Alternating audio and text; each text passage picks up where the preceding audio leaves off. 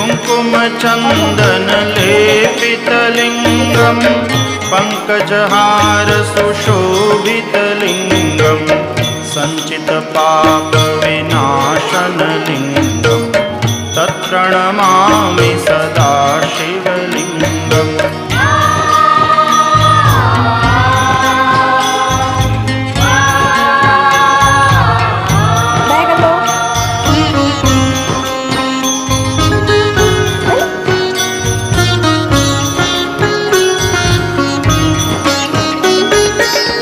देवगणार्चितसेवितलिङ्गं भावैर्भक्तिभिरेव च लिङ्गं दिनकरकोटिप्रभाकरलिङ्गम्